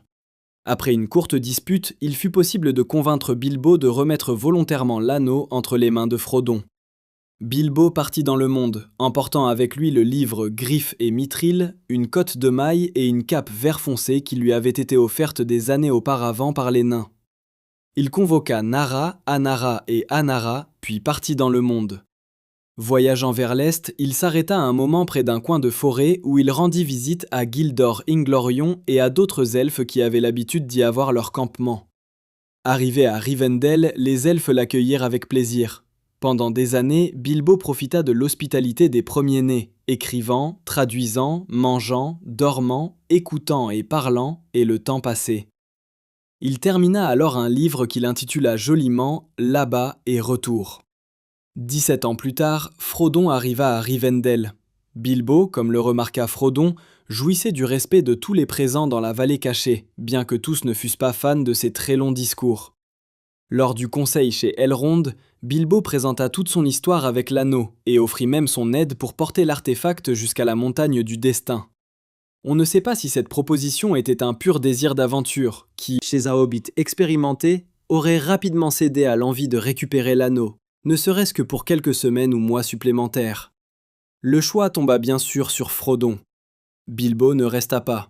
Il plaça son parent sur la glace et lui donna sa cotte de mailles et son dard. La destruction de l'anneau unique fit que Bilbo commença à vieillir à nouveau, et ce, à un rythme beaucoup plus rapide. En quelques mois, il fut méconnaissable, en raison de sa confiance en l'anneau unique. Il fut honoré par les elfes d'une place sur un navire partant pour les terres immortelles. Le 29 septembre 3021, il partit du Port Gris après avoir vécu 131 ans. Il fut le plus vieil hobbit de l'histoire de la Terre du Milieu. Partant de la Terre du Milieu, il composa son dernier poème, Erebor fut reconquis. En 2941, après la mort de Thorin et Tudechêne, Dain, 2 pieds d'acier, prit le pouvoir à Erebor. Les nains reçurent leur juste part du butin et décidèrent de rester à la montagne solitaire et d'aider à restaurer l'ancienne gloire de la forteresse.